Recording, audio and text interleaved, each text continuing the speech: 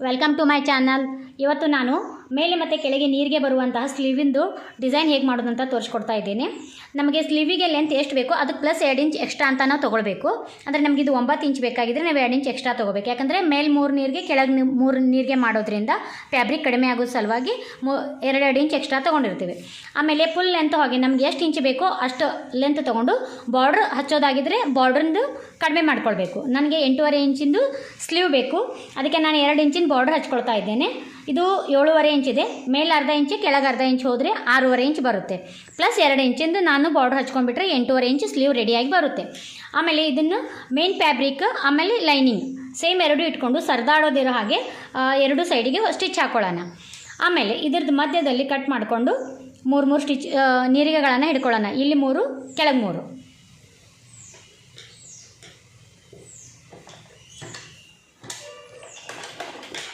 ಒಂದು 3/4 ಇಂಚಿನ ಹಾಫ್ ಇಂಚಷ್ಟು ಒಳಗೆ ಹೋಗಿ ಈ ರೀತಿಯಾಗಿ ನೀರಿಗೆ ಮಾಡಬೇಕು. ಇದು ಒಂದು ಸೈಡ್ ಈ ಥರ ಮಾಡಿದರೆ ಇನ್ನೊಂದು ಸೈಡ್ ಅದ್ರ ಎದುರಿಗಿನ ಸೈಡಿಗೆ ಹೋಗುವಾಗೆ ನೀರಿಗೆಯನ್ನು ಮಾಡ್ಕೊಳ್ಬೇಕು.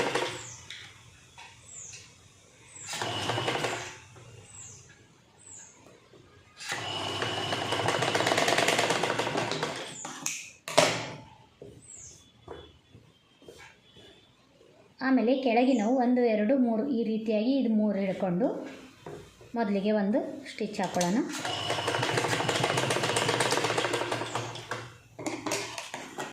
ಆಮೇಲೆ ಈ ಸೈಡಿನ 3 ನೀರಿಗೆಗಳನ್ನು ಹಿಡ್ಕೊಂಡು ಇದ್ರ ಮೇಲೆ ಇಟ್ಕೊಂಡು ಮತ್ತೊಂದು ಸ್ಟಿಚ್ ಹಾಕ್ಕೊಳ್ಳೋಣ.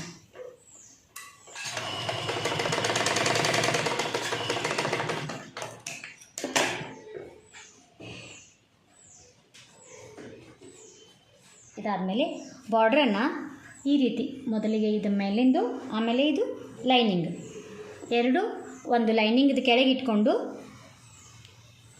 ಆಮೇಲೆ ಮೇನ್ ಬಾರ್ಡ್ರನ್ನು ಮೇಲೆ ಇಟ್ಕೊಂಡು ಈ ರೀತಿಯಾಗಿ ಸ್ಟಿಚ್ ಮಾಡ್ಕೊಳ್ಳೋಣ.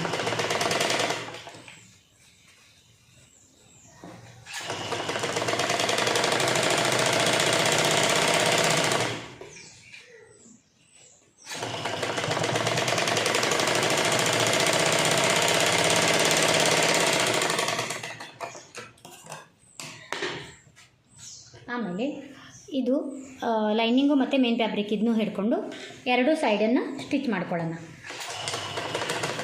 ಈ ಬಟ್ಟೆ ಒಳಗೆ ಹಾಕಿ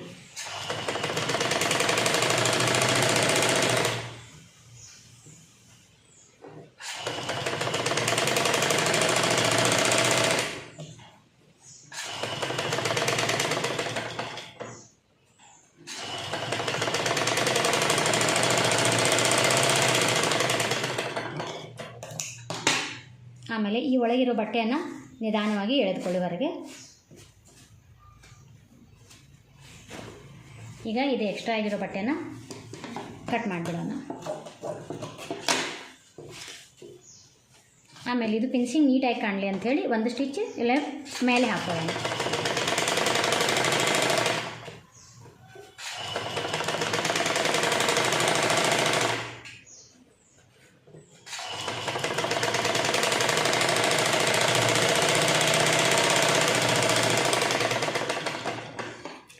ಇದೇ ರೀತಿಯಾಗಿ ಇಲ್ಲೂ ಮೇಲೆ ಒಂದು ಸ್ಟಿಚ್ ಹಾಕೊಳ್ಳೋಣ.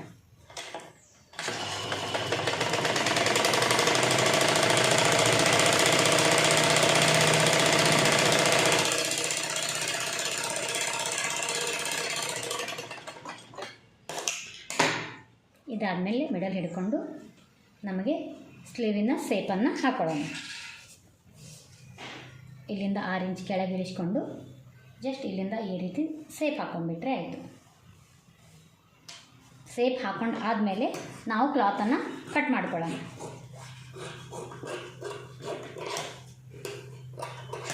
ಹಿಂಭಾಗ ಮತ್ತು ಮುಂಭಾಗದ್ದು ಹಾಫ್ ಇಂಚ್ ಒಳಗಿರುತ್ತೆ.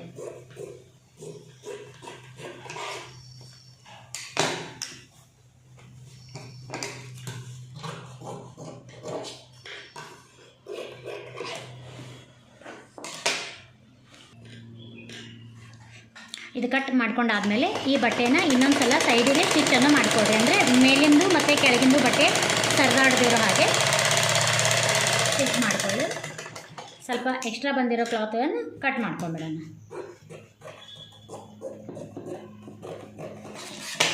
ಆಮೇಲೆ ಈ ರೀತಿಯಾಗಿ ಇಲ್ಲೊಂದು ಶೋ ಬಟನನ್ನು ಹಚ್ಚಿದ್ರೆ ಸ್ಲೀವ್ ಈ ರೀತಿಯಾಗಿ ಕಾಣುತ್ತೆ. ಈ ವಿಡಿಯೋ ಇಷ್ಟ ಆದರೆ ಲೈಕ್ ಮಾಡಿ, ಫಾಲೋ ಮಾಡಿ. Thank you.